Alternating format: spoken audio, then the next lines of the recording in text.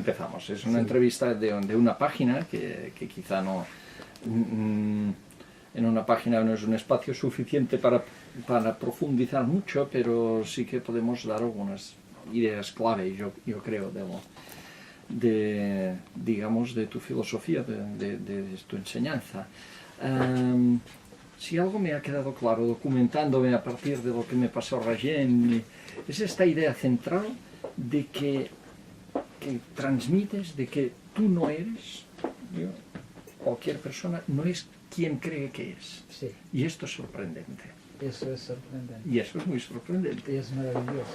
Y es maravilloso también. Sí. Porque nosotros creemos estar muy seguros de quién Ahí somos. está la clave del cuento. Creemos. Creemos. Porque nosotros vivimos bajo creencias. O sea, me parece que la humanidad todavía no tomó en sus manos la ciencia, la prueba. Entonces vivimos con creencias. Todavía la mente humana hasta hoy, en este momento, después de tantos siglos, todavía estamos pautados por las creencias, lo que creemos, no lo que experimentamos. Entonces las creencias modifican o a lo mejor son como lentes que uno ve la realidad de acuerdo con las lentes.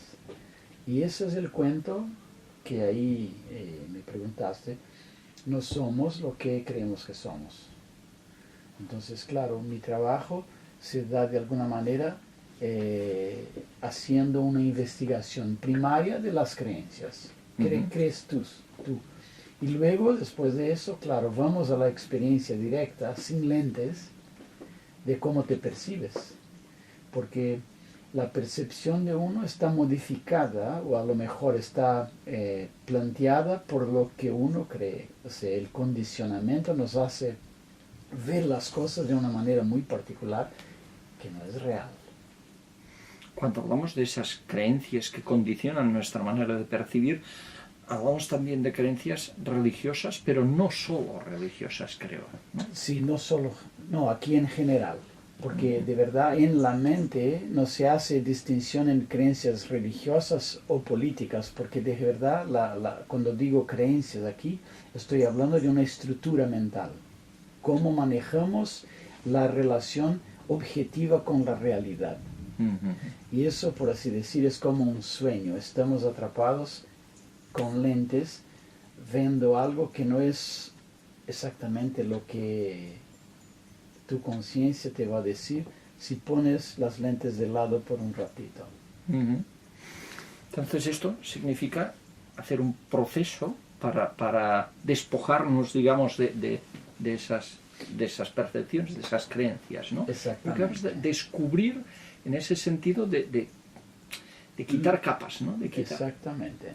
Sería quitar capas y a lo mejor es muy simple porque todos, tú, yo, cualquiera, tiene en su naturaleza esencial lo dado, está ahí. Pero nosotros, desde niños, empezamos a ver el mundo de acuerdo con las lentes de nuestros papás y mamás, de la sociedad, la cultura que estamos. Pero tú tienes la capacidad, está ahí nativo, es en espera, dormiente, así se dice, para que tú te des cuenta.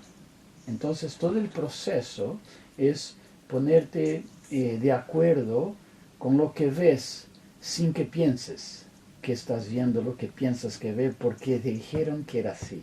Entonces, de verdad es un desencubrir o descubrir para que puedas ver con ojos claros lo que eres y lo que el otro es, lo que el mundo es, para poner en perspectiva una otra dimensión que la humanidad necesita en este momento, porque estamos repitiendo hace siglos lo mismo y lo mismo y lo mismo, y también nos ponemos la mente de la cultura de la occidental maneja las creencias espirituales, religiosas o materiales o lo que sea, de una manera que pueda sacar provecho, que pueda controlar.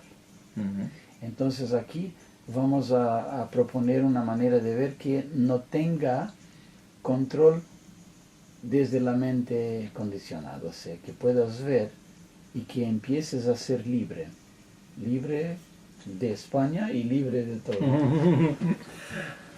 Pensaba cuando comentabas este proceso, cómo vamos adquiriendo todas estas creencias en la familia, en la sociedad, etcétera, y cómo después despojarnos de ellas, que eso es muy difícil en este momento en que Eso no es solo parte de tenemos las creencias. estas influencias, sino las que nos llegan de cantidad de información, de esta saturación que tenemos en este Eso mundo. es parte del condicionamiento. Pero cuando dices es muy difícil, eso es una creencia que está muy arraigada en el inconsciente humano. Todo que no conocimos, tenemos el primer impacto es decir que es muy difícil. Eso es como decir, no vayas por ahí porque no vas a conseguir. Es como tenemos creencias inconscientes que manejan la manera que experimentamos todos. Entonces, si te pones con la idea de que es muy difícil, ¿qué vas a experimentar? ¿Facilidad o dificultad? Dificultad seguro. Por supuesto, porque tú ya proyectaste en la situación el difícil. Entonces, descubrir todo eso, cuestionar las creencias, es ponerse despierto, ponerse alerta de que la mente inconsciente te maneja, tú no la manejas. Entonces, empezar a ver que pensar no es solamente tener pensamientos, pensar es otra cosa, tienes que manejar. Es como manejar un auto, el auto no te maneja, tú manejas el auto. Entonces, la mente es como un instrumento, un vehículo para que podamos hablar, conversar, comprender cosas, pero si la mente te maneja, si dices inconscientemente es difícil, luego ya está, hay un bloque, hay un obstáculo. Entonces, todo el proceso pasa por estar alerta, consciente, darse cuenta de cómo la mente te maneja y pasar entonces a manejar tu mente. ¿Qué puedo pensar? ¿Cómo pienso eso? Cuando pienso de algo desconocido o de otra cultura, por ejemplo, ¿por qué digo es difícil? Entonces empezar a cuestionar tu propia mente. Por tanto, esto nos conduciría a ser mucho más abiertos. Mucho más abiertos, totalmente abiertos y críticos hacia la mente condicionada, la mente inconsciente, por así decirlo. ¿Cómo realizamos este proceso? La meditación, ¿qué recursos? Este camino, ¿cómo el camino transcurre? es muy simple, es como estamos ahora conversando. Vamos a conversar, claro, te voy a proponer cosas que por supuesto son estructurales, fundacionales, pero con una conversación, un proceso, un diálogo franco, abierto, donde tú tienes que intentar responder preguntas que voy a hacer que no están en el repertorio inconsciente de tu mente. Entonces no vas a tener una respuesta pronta. Preparada, digamos ya. Sí, vas a tener que manejar el pensar de otra manera hasta que descubra. Y claro, es como un trabajo tete a tete, o sea, no, con cada uno va a ir por un sitio, es muy intuitivo, muy espontáneo, muy abierto, muy presente. Estas sesiones satsang que realiza, de alguna manera, son eso, digamos. Sí, satsang es la palabra que uso, que es una palabra clásica de la India antigua. Sánscrito, ¿no? Sánscrito, que quiere decir básicamente, sat quiere decir verdad y sang quiere decir comunión, encuentro. Entonces, un encuentro con la verdad. Pero aquí hay que hacer un poquito de una discriminación. Cuando satsang quiere decir, cuando tú te encuentras con la verdad ella misma, sin el filtro personal. O sea, es como, no es la tuya y la mía, porque ahí son mundos subjetivos. Es una verdad objetiva que tanto tú cuanto yo, cuando la encontramos, vemos de la misma manera. Es como ponerse en una piscina con agua. Si te pones con ropa en la piscina con agua, te vas a mojar. Yo también, cualquiera. O sea, es una experiencia objetiva, no es subjetiva, no es de uno. ¿Entiendes? Entonces compartimos, empezamos a compartir algo universal, algo que no está en la experiencia personal, o sea, trasciende eso. Nos trae para un campo mucho más universal de experiencia, que es importante, porque el mundo, por así decir, necesitamos darnos cuenta que estamos en el mismo barco. ¿Sí? No hay nadie que esté salvo. Entonces, comprender desde un punto de vista universal es muy importante. Satsang es eso. Claro, quizá en este mundo más individualista en que estamos es frecuente dar por sentado, dar por supuesto que cada uno tiene su verdad, tú tienes tu verdad, cada Eso uno... es muy subjetivo, eso no es científico, pero eso tú es dices, supersticioso. existe una verdad universal, digamos. Obviamente. Porque mira, si continuamos con la idea que llamaste de individualista, que de verdad no es, porque individual es que lo que no puede ser dividido en dos. Sí. Y lo que no puede ser dividido en dos no puede ser tuyo o mío distinto, porque son dos. Sí. El individual es de todos, es sinónimo de universal, de verdad. Manejamos palabras de una manera inconsciente, de verdad. Eso también vamos a hablar mucho. Esto es un ejemplo. Es un ejemplo. Entonces, la idea de que tú tienes una verdad y yo tengo otra nos islas. Sí, la isla. Sí. Entonces tenemos que romper con eso y ver que el subjetivo es puramente subjetivo, no se puede hablar de eso. Tenemos que entrar en otro campo más objetivo. Y eso tenemos todos muy disponible si queremos, si estamos abiertos, claro. Y en el fondo, pues este es un camino para descubrir esta verdad, ¿no? Exactamente. Sí. En este camino, ¿cuál es tu papel?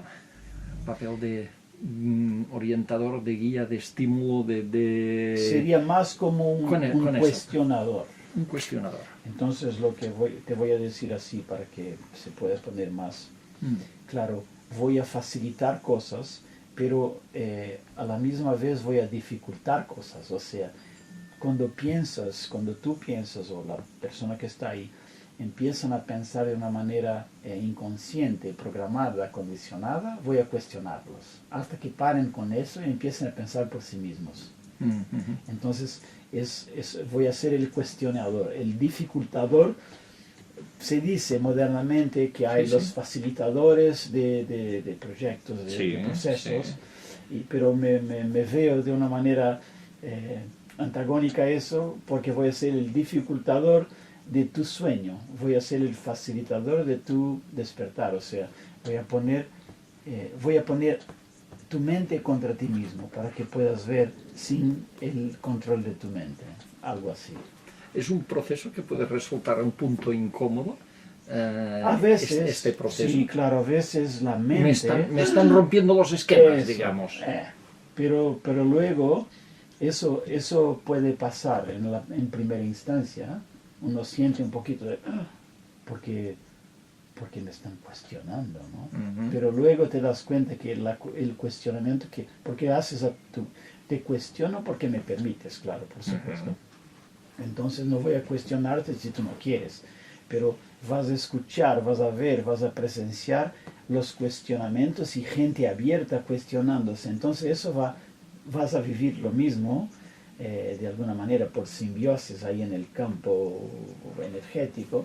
Entonces vas a empezar a cuestionarse y a veces se pone un poco incómodo porque la mente no quiere eso.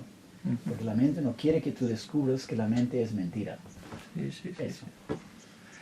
Entonces se pone como antagónica, no, no vayas por ahí, ¿qué dice este tipo? Todo eso. Pero luego eso pasa y empiezas a ver mejor. Y la experiencia generalmente es muy, ¿cómo se dice? Trascendiente, muy vigorosa. Uno se pone muy silencioso, muy aclarado.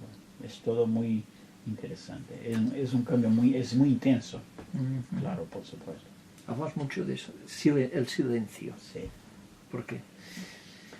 Porque el silencio es algo que no habla y no se puede hablar, pero tú puedes experimentarlo. Entonces la idea es buscar de alguna manera la experiencia que no pasa por el discurso, por el pensar. Es algo que está por detrás de eso.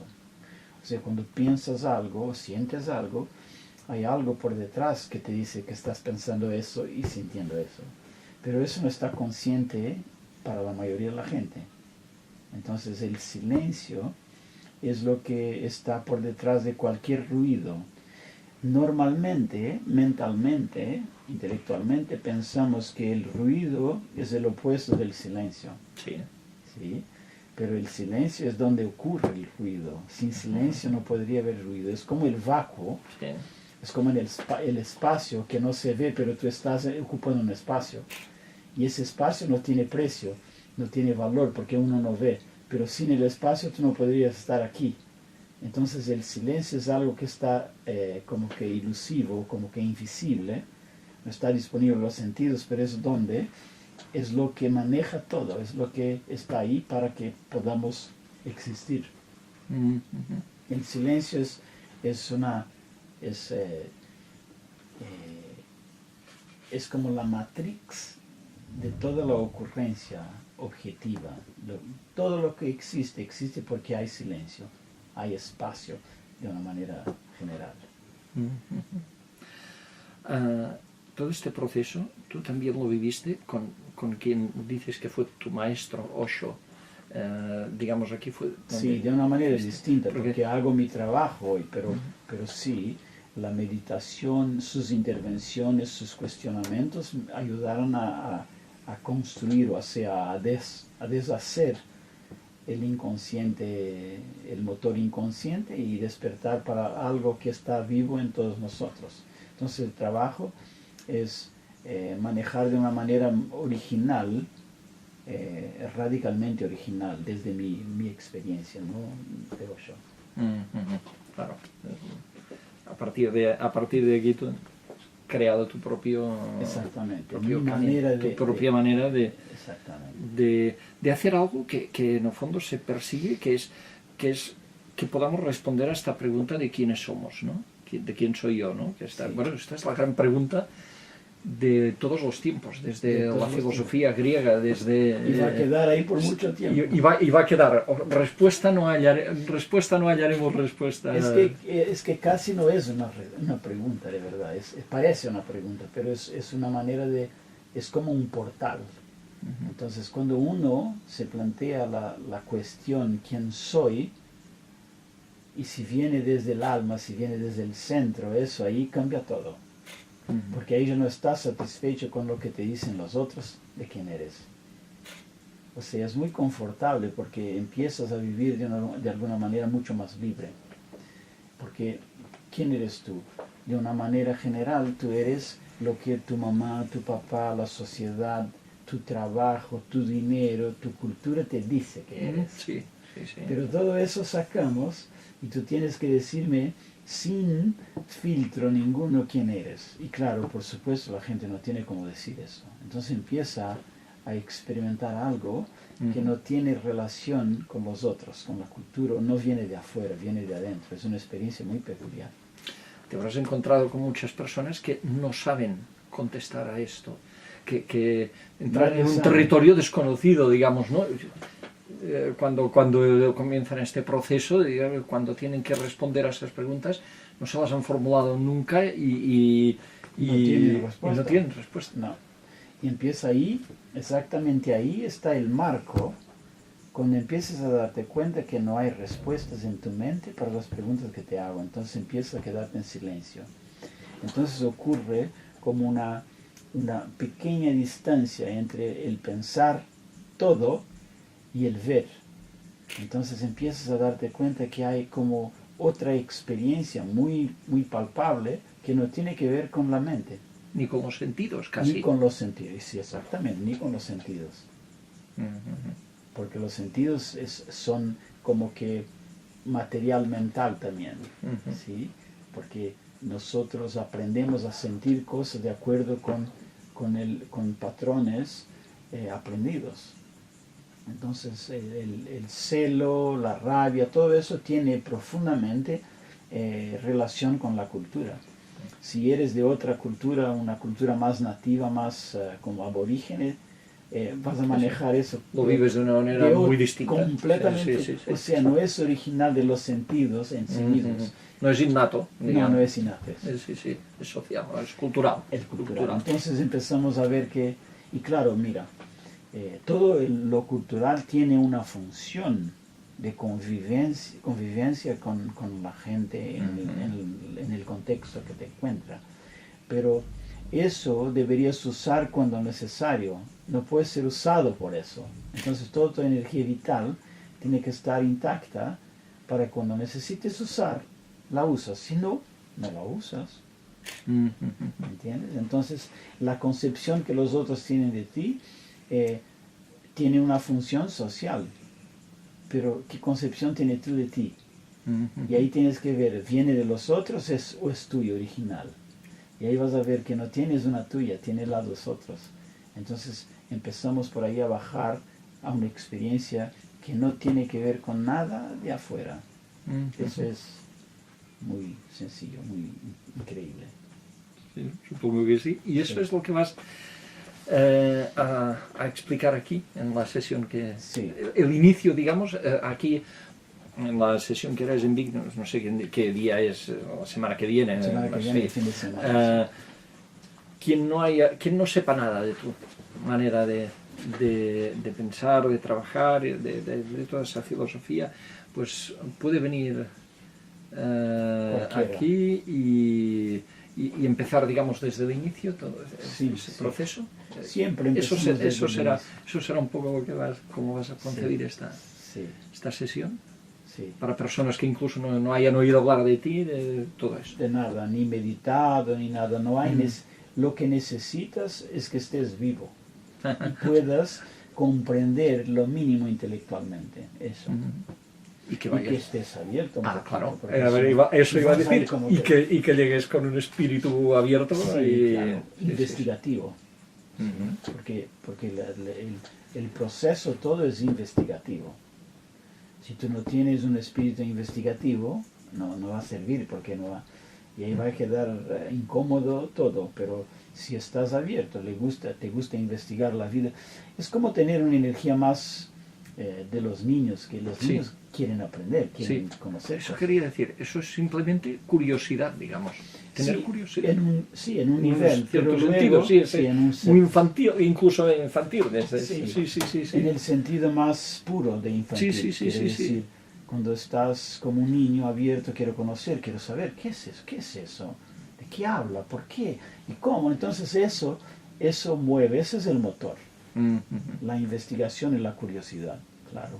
Y claro, es una curiosidad mucho más profunda, es como un anhelo que uno tiene desde adentro, que quiero conocerme. ¿Qué es eso? Eso no me basta, no es suficiente creerme un ser humano, o un ingeniero, o un profesor, o lo que sea, o un periodista. ¿Qué está por detrás de eso? ¿Qué me anima? ¿Qué anima mi energía? ¿Qué me anima a despertar por la mañana y moverme? Y amar o odiar o lo que sea. Entonces eso es el punto clave. Muy bien, pues bueno, promete ser muy interesante. Sí, espero. Voy a provocar mucho porque de verdad paso por una provocación. La mente está muy atrapada en su cuentito. Entonces, con buen humor, con una manera muy liviana, muy espontánea, vamos a provocar la mente a que suelte y tú empieces a ver. Es interesante. Muy bien. Bueno, gracias. Muchas gracias a ti, muchísimas gracias.